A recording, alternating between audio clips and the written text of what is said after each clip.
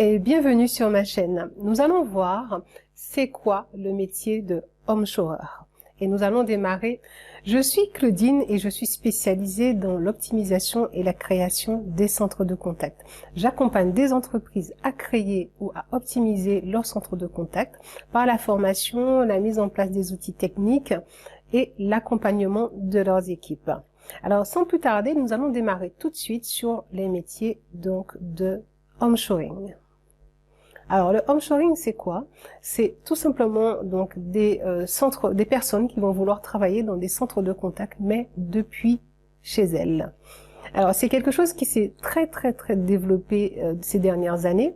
Donc il y a beaucoup de plateformes, je vais pas forcément citer de nom, mais il y a beaucoup de plateformes qui proposent donc ces services. Généralement, il y a deux types de métiers, deux types de contrats d'home shower. Donc vous avez donc les contrats d'home shower parce que vous êtes salarié de l'entreprise et l'entreprise n'a pas voulu créer un centre d'appel physique. Donc vous allez travailler depuis chez vous pour le compte de l'entreprise et dans ce cas-là, vous êtes salarié de l'entreprise, donc ça existe, il faut le savoir.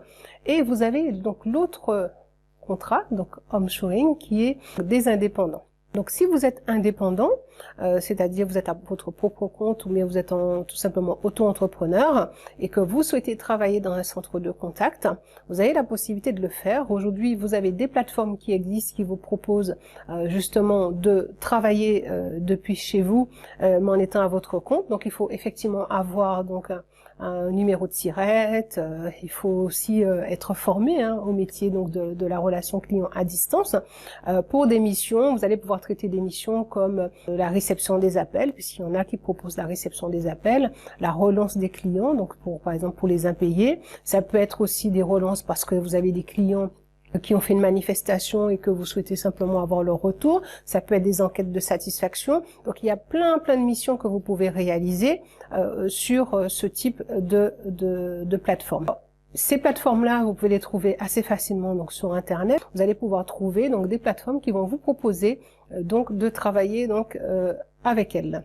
Alors ce sont des entreprises qui vont vous proposer des contrats, mais il faut aussi que vous puissiez facturer. Alors il faut savoir que le métier d'home showing s'est développé ces dernières années, mais je dirais qu'il faudra quand même faire attention parce que quand vous vous lancez dans ce métier de home showing, il faut quand même être autonome. Et quand je dis autonome, ça veut dire qu'il faut que vous puissiez justement éditer vos factures, négocier vos prix. Par exemple, même s'il y a beaucoup de plateformes, les prix sont négociés à l'avance, mais vous devez être capable de négocier. Il faut savoir lire votre chiffre d'affaires. Voilà, il y a pas mal de choses qu'il va falloir créer, en tout cas apprendre pour être le plus performant possible. Généralement, les personnes qui font ce métier, c'est des personnes qui ont travaillé longtemps dans des centres de contact et qui ont décidé de se mettre à leur propre compte. Donc voilà. Alors si votre objectif est de devenir home shower, donc de faire du télétravail, il y a des choses auxquelles vous devez penser à mettre en place. Donc la première chose, je vous dirais qu'il faudra créer donc une entreprise. Donc ça peut être le statut auto-entrepreneur, ça va très bien donc pour démarrer. Vous devez également vous former au juridique, puisque savoir quel statut vous convient le mieux et savoir qu'est-ce que vous devez faire en tant qu'auto-entrepreneur. Maintenant c'est ce qui est le plus facile à créer. Donc ça c'est la deuxième chose. Ensuite, vous devez vous former sur l'organisation. Si vous n'avez jamais travaillé en centre de contact, mais vous formez sur l'organisation, comment j'organise ma journée, mon travail, comment il y a des choses que vous devez savoir en fait pour pouvoir travailler seul. Est-ce que vous êtes en capacité de travailler seul? Donc ça c'est des points importants. Il y a un autre point aussi qui est financier, je l'avais déjà parlé tout à l'heure. Est-ce que je suis capable de négocier mes tarifs? Est-ce que je suis capable de lire mes chiffres?